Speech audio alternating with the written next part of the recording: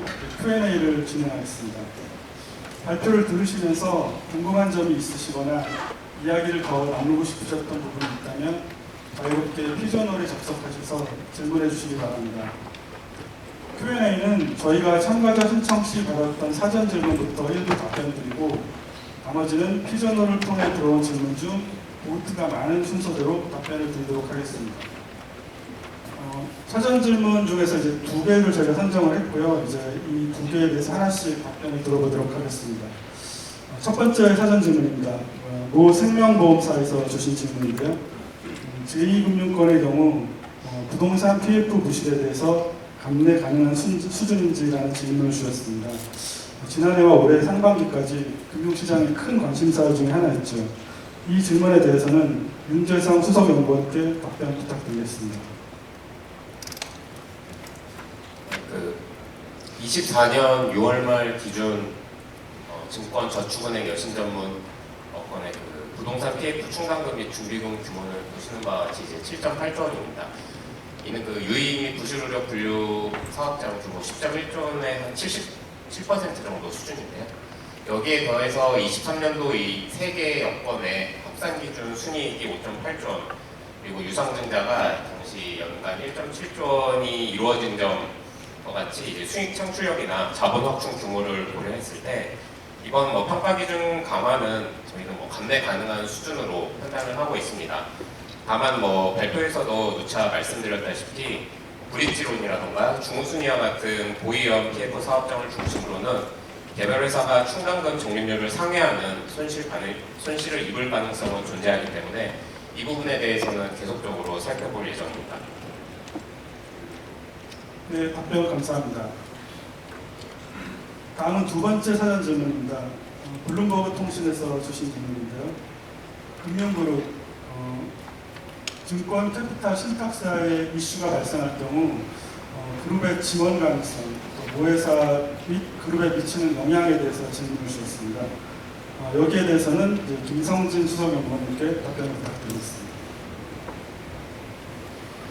저희 발표에서도 말씀드렸지만 작년 2022년 하반기부터 부동산 PF 이슈가 나오면서 신탁사나 증권사 캐피탈자들의 실적 저하가 나타나는데요.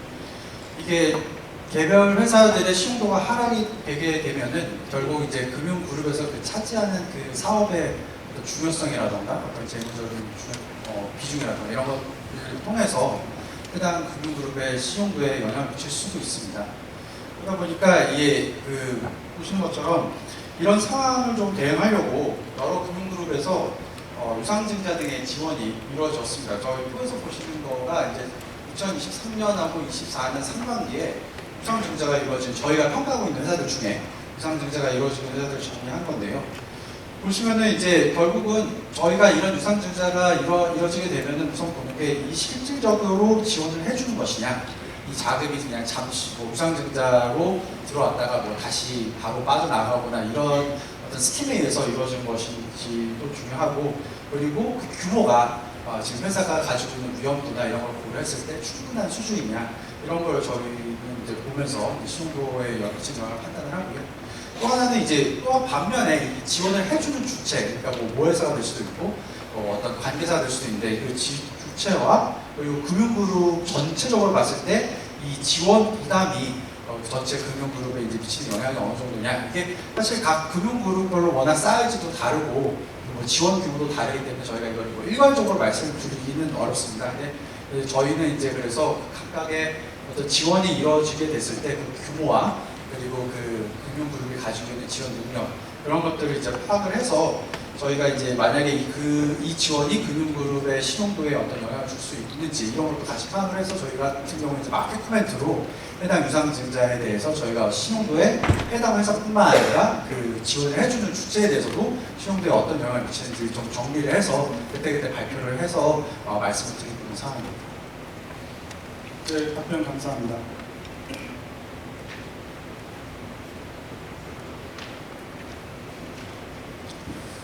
다음은 피존호를 통해 현장에서 올려주신 질문에 대해서 답변을 드리도록 하겠습니다. 화면에서 보시는 바와 같이 이미 다수의 질문이 올라와 있는데요. 이 중에서 이제 가장 많은 브리핑을 받은 이제 증권에 대한 질문을 한번 보도록 하겠습니다. 가장 많은 35의 브리핑을 받았는데요. 증권사 중 종합금융투자사업자는 특별한 이슈가 없는 것인가요? 오늘 이제 주로 중투사를 제외한 나머지 증권사에 대한 얘기가 많았는데, 그리고 중소형사 중에서 특별히 모니터링해야 할 증권사는 어디인가요? 여기에 대해서 임재성 수석연구원께서 답변 부탁드립니다. 아까 이제 발표에서도 잠깐 말씀드리기는 했지만, 종투사는 상대적으로 이제 비종투사 대비 수익원이 다변화되어 있는 상황이고, 또 이제 수수료 수익 같은 경우에도 이제 수탁 수수료 수익을 중심으로 해서 전반적인 이제 수수료 수익 개선, 또 이를 통해서 상반기 실적이 상당히 크게 개선된 바 있습니다.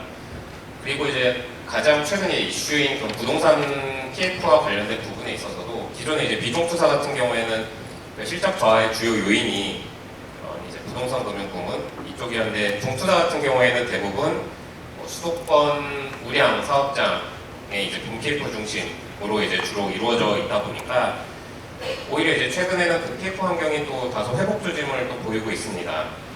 그래서 뭐 이런 점들을 고려했을 때 종투사는 이제 비종투사 대비로 상대적으로 이제 이슈가 적다라고 말씀드릴 수 있을 것 같고요. 다만 종투사 중에서 많은 종투사가 이제 해외 대체 투자, 해외 부동산 펀드나 뭐 이런 쪽에 대한 익스포저는 크기 때문에 그런 것과 관련해 이제 평가 손실 위험은 여전히 이제 존재하고 있어서 이런 것들 위주로는 계속해서 이제 개별 종투사별로 부여하고 있는 그 리스크 수준에 따라서 살펴볼 필요는 여전히 남아 있습니다.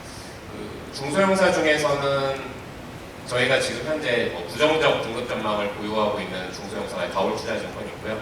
다올투자증권 외에도 최근에 뭐 실적자가 좀 컸던 곳이라던가 자본 적정성 지표가 좋지 않았던 곳을 중심으로는 계속해서 좀 모니터링 필요할 것으로 보입니다. 이상입니다. 네, 답변 감사합니다.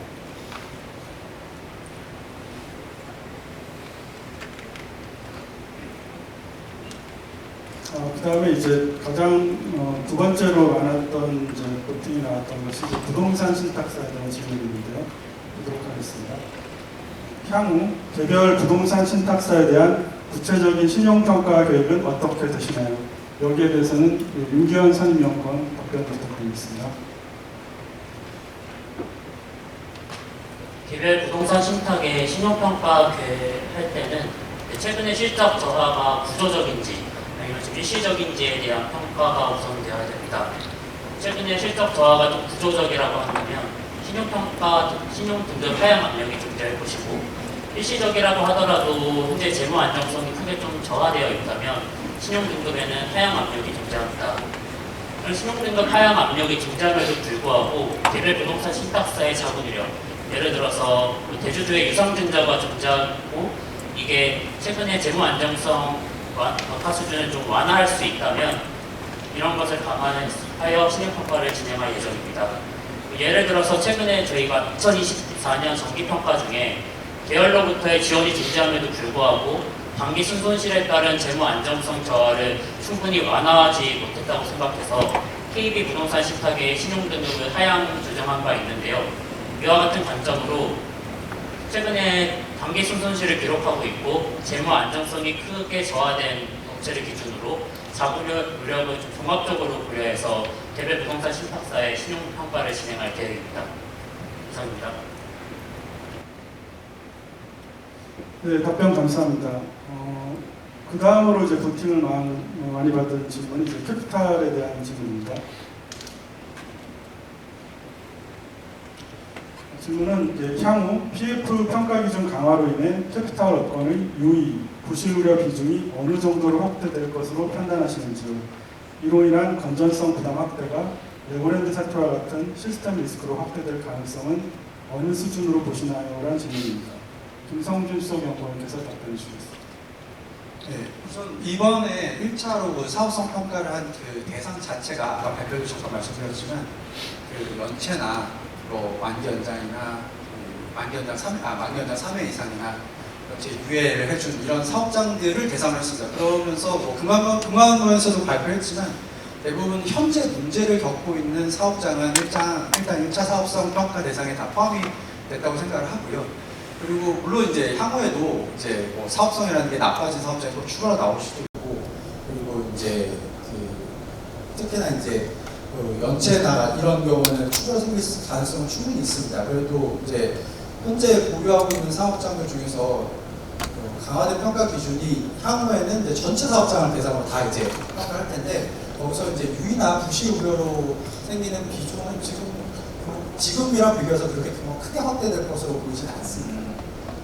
그리고 이제 건조성 부담 확대 문제 이슈인데, 제가 발표에서도 이제 말씀드렸지만 지금 업권 전체적으로 봤을 때 이제 쌓아놓은 충당 규모나 현재 유의나 부실 우려 사업장 규모, 그리고 이제 말씀드린 것처럼 향후에 그렇게 늘어나는 규모가 정말 예상외로 이렇게 막 갑자기 확 튀어나올 그럴 가능성은 저희는 크지 않다고 보기 때문에 건조성 부담이 전체 업권에 미치는 영향은 그렇게 크게 확대되지 않을 거로 보이고요. 그래서 그게 결국은 이제 더 나아가서도 이제 금융 시스템, 레고랜드사처럼 금융 시스템 전체적으로 리스크가 확대될 가능성을 저희가 지금 현재 생각하기에는 크지는 않은 것으로 판단을 하고 있습니다.